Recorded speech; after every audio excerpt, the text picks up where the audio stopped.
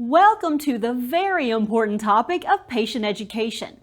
Patient education is so important in the hospital setting or in the patient care setting because this can help increase compliance with treatments and help those patients make a better treatment decision for their own care. So let's talk about some of the professional standards for client education. Now these are set by Joint Commission and they're also supported by your particular State Nurse Practice Act. And this client education is usually fulfilled by different members of the healthcare team. Now let's even talk about why is even patient education such a big deal? Well, it's extremely important about ensuring informed decision making. And what I mean by this is if a patient's going to have a big surgery or an invasive procedure, they need patient education about the expected procedure and the possible risks and the benefits. It also helps to engage in their own care, and again, like we've mentioned before, it definitely helps increase treatment compliance. Because as you can imagine, if a nurse just gave you a lot of pills or a procedure to do or some sort of action and you have no idea why, well, you may not be as compliant as about making sure you stick with that treatment. And of course, patient education plays a key role in reducing injuries such as falls and increases the patient satisfaction. A lot of that has to do with patient education and just good communication. Now, one key thing to think about as a nurse is patient education is so very important of promoting excellence by supporting certain programs like congestive heart failure, stroke, or sepsis, for example. Now, what I mean by this is there's certain what we call core measures to where we have to provide specific education about that disease process for that patient. Here's a great example. Like for stroke, we have to make sure to educate our patient of what the signs and symptoms are of stroke and when to call 911 when they discharge from the hospital. This education is so very important that we educate and document. That way, if the patient goes home, they know exactly what to do and when to call 911. Now let's talk about just the pathway of education. There's those two big pieces of a course, teaching and the learning side. When we're talking about teaching, this should be an interactive process that helps promote learning. And there's a lot of interpersonal communication that's effective when we're making sure we keep those learners' needs in mind. Now the learning piece is of course just the acquisition of that great knowledge. Now let's talk about the role of the nurse in regards to education.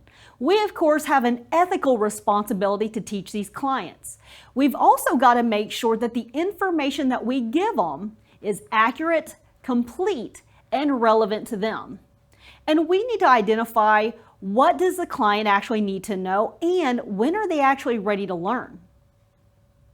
Now, when we talk about learning, here are some factors we've got to consider when we're providing education.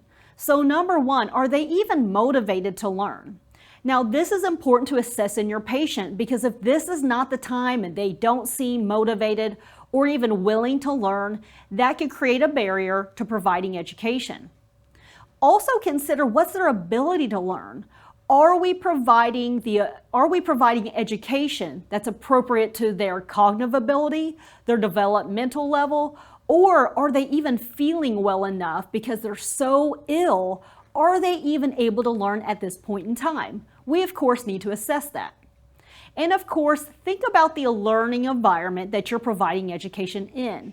This allows the person to attend to instruction. Is it at the bedside or is it maybe in a clinic setting or an outpatient setting? Now, when you talk about the learning environment, we may overlook this sometimes as a nurse, but here are some key factors to remember about a positive learning environment to facilitate education and knowledge acquisition. Can we have a well-lit environment? Also, is it ventilated? Is it comfortable temperature? Do you have the appropriate resources? This could mean online resources, this could mean a computer or even education handouts. Is the learning environment quiet? This may seem silly, I know we're in the hospital setting, but as much as possible, this and privacy is important because you want the full attention of the client. And again, sometimes all of the information with education could be hard to hear with a busy, loud environment. Of course, anytime that we provide education, we must evaluate learning. Otherwise, how do we know that that education was effective? So here are 3 great ways in making sure that our patient has understood our instructions and we can evaluate learning for them. So this first one is what we call the teach-back method. This is the absolute gold standard and one of the best ways to evaluate learning. So here's a great example of the teach-back method. Maybe your patient has to go home on a blood thinner injection that goes into their abdomen. Now, as a nurse, we're going to provide diligent education on this particular skill for the patient.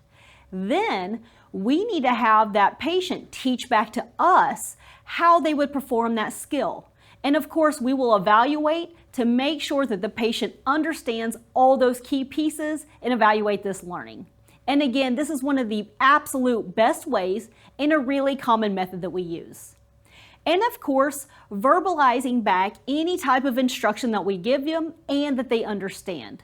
And written validation is another great way that if we provide education, that the patient can write out exactly what they're comprehending and the instructions that we give.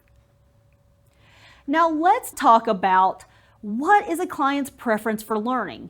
As you can imagine, we all have different learning styles and preferences. So it's really important that you consider these and assess this before you educate with your client. So one of those is consider relevant reading materials.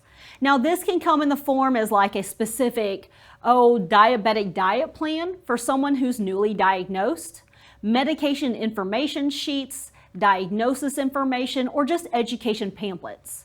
Now, some patients may really like reading materials because they've got something on hand and something they can refer back to.